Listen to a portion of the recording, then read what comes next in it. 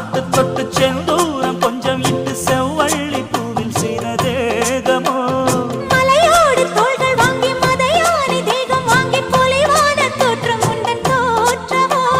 குற்றால சாரலுக்கும் கொடைக்கானல் தூரலுக்கும் இல்லாத சுகம் உந்தன் வா